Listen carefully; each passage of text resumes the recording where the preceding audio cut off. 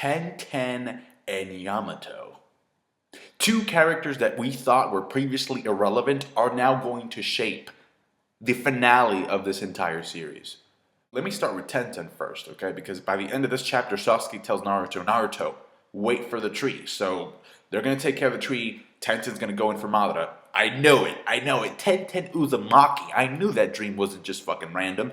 Anyway, so she has the scroll with the gourd and the basket, or whatever the fuck you want to call it. And so she's like, oh, we could use this to seal our opponent. And then all of a sudden, the headband that Madara ripped off from his forehead falls on that scroll. If that's not some type of a divine sign that she is the savior, that, you know what, this story was about Tenten all along. Haters gonna hate. She's gonna be catapulted up to Madara with the gourd and the basket, and she's gonna sacrifice herself. And her last words are gonna be, for Neji! We saw Kaguya's fucking face on the sky, and she looks mad creepy. Like, she even looks creepier than Madara. So what I think is gonna happen is that somehow she's gonna possess Madara, or do something to use him and then just discard him the way that he used Obito, because karma. How does it feel to be used, bitch? You know, because I think it'd be kind of funny if, like, all this time Madara was, you know, just going and just planning out this entire thing, this very complicated sort of way of taking over the world, and then it turns out that he was just, you know, working for Kaguya. Like, all this time, it's like, I knew there'd be a greedy motherfucker that would want to take over the world. Well, now I'm back. And I do have to bring attention to this horribly, horribly written dialogue from Shikamaru. I don't know if that was just a translation error or what the fuck, but, like, he's saying, like, the most obvious things. Sorry, this is just so out of character for Shikamaru. Like, he's supposed to be the smart one. He says, that giant tree has also suddenly vanished. Something must be happening over there. No doubt about it. And I get the feeling, whatever it is, that it's not good. There's fucking meteors coming down from the sky. I get the feeling it's not good. Kidding me? Who wrote that? That's not Shikamaru. What happened? Like, was there like a 180 type of deal in which, like, you know, Tenten becomes the savior of the world and then, you know, Shikamaru becomes dumb? I know it's supposed to be like the end of the world, okay? But this chapter was just so much fun because we get all these characters that we haven't seen for weeks, months even. You know, because we thought they were all taking a coffee break at McDonald's or something, and all of a sudden, here they are. Find out that Killer B is alive, you know, as some of you predicted, he was hiding inside of the tentacle.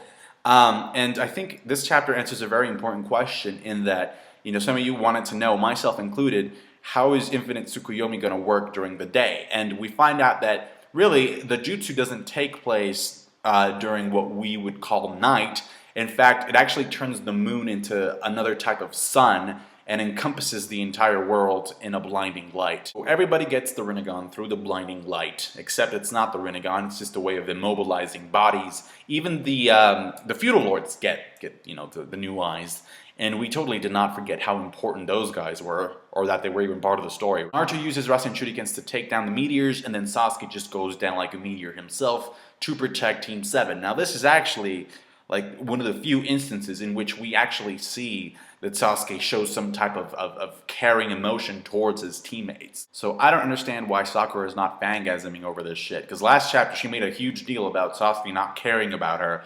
And now he's like actually the reason why they're not inside of the Infinite Tsukuyomi. So she should be like, oh my god, Sasuke-kun cares about me. Sasuke protecting your ass should be the equivalent of him giving you a bouquet of flowers. I mean, for Sasuke, he doesn't show this type of sort of caring nature very often. That being said, Kishimoto, man, like this ship-teasing motherfucker. Listen, we have Hinata, right, being rolled up by the tree jutsu, and obviously, you know, she has the Rinnegan eyes, and her last words are, Naruto-kun, and then immediately we jump over to Naruto being like, oh shit. Now that transition is intentional by Kishimoto, because it's there to make you think that Naruto cares about Hinata.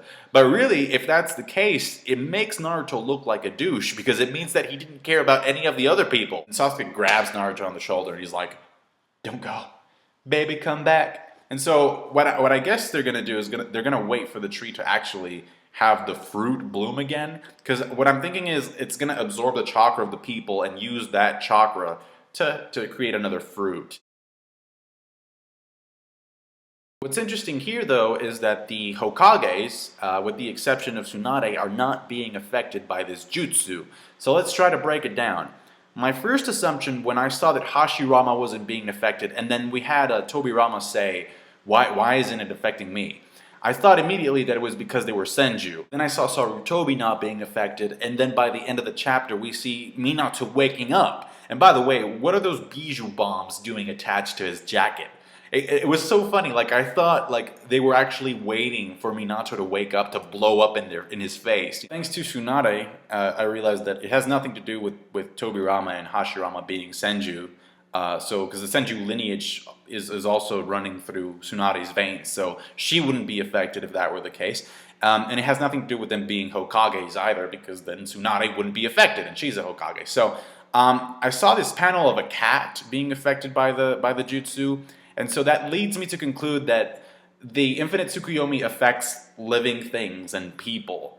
And so because I guess the Edo Tensei are classified as objects or as part of a jutsu, that's why they're not being affected. The same goes for Sasuke's Susanoo. It's not a living thing, it's kind of like an object slash jutsu. So them being inside the object nullifies the effect. But then again, if they're objects, then that would mean that people inside of their house wouldn't be affected by the jutsu either. So I think it has to do with jutsu made objects. Does that make sense? And then when it comes to Yamato, we got to see that one of his eyes does have the infinite Tsukuyomi going on.